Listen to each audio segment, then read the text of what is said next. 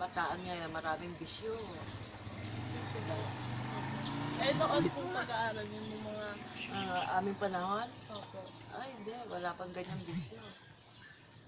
Noon aral ang kabataan. Kaya pinahaba ang pag-aaral ngayon. Kakaya ulit. Okay lang po yun. Okay na. Ikaw. Okay na. Kuya, ano po yung pagkakaiba ng pag-aaral at sa pag-aaral ngayon? Ulitin po ulit. Noon, kukunti estudyante nung panahon namin. Ngayon, ubudan dami na estudyante. At marami pa rin nagbubulakbol. Noon, kukunti nagbubulakbol eh.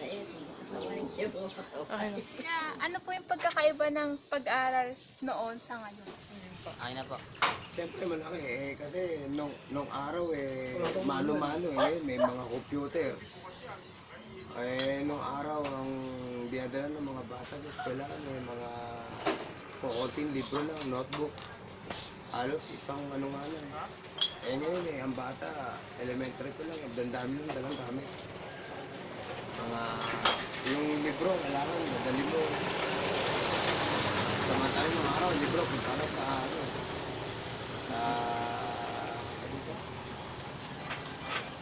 yung ng libro. Library, doon lang. Yun, marami. Yun ang mga nagkaiba. Kakaiba ng pag-aaral noon sa ngayon? Sa aking palagay, ang pag-aaral noon ay ngayon, mas moderno, mas mabilis, mas madali kang matututo kaysa dati kasi wala pang upuan. Tapos, ang bit-bit mo, libro, notebook. Ngayon, kuha ka na sa library, may internet na, mga ganun. Alam mo yun? O, ano ang pagkakaiba ng pag-aaral noon sa ngayon? Pulse po muna. Baka may po. Sa palagay ko po, malaki ang pagkakaiba ng pag-aaral noon sa ngayon. Kasi po, dati libro lang ang ginagamit. Paggagawa ng mga assignment, libro lang. Pero po ngayon, may internet na po, mas mapapadali ang paggawa ng assignment. Yun lang po. At saka po, yung mga mayayaman lang yung kadalasan na pinag-aaral nila. Tsaka, lalo na po yung mga lalaki. Kasi tingin po nila sa mga babae na mag-aasawa lang, taong bahay lang.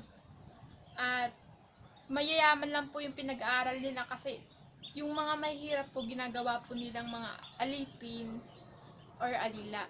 Ano sa tingin mo ang pagkakaiba ng pag-aaral noon at ngayon? Ang pagkakaiba po ng pag-aaral noon po, wala silang classroom. Bago ngayon, may classroom na sila. Bago sa gamit na nilang gamit na pangbasa is mga tablet. Noon, libro lang. Go. Noon po, mga bata noon, nagpupursige silang mag-aral kasi gusto nilang makapagtapos. Ngayon, gusto na nilang mag-asawa ng maaga. Kasi wala na silang hilig sa pag-aaral.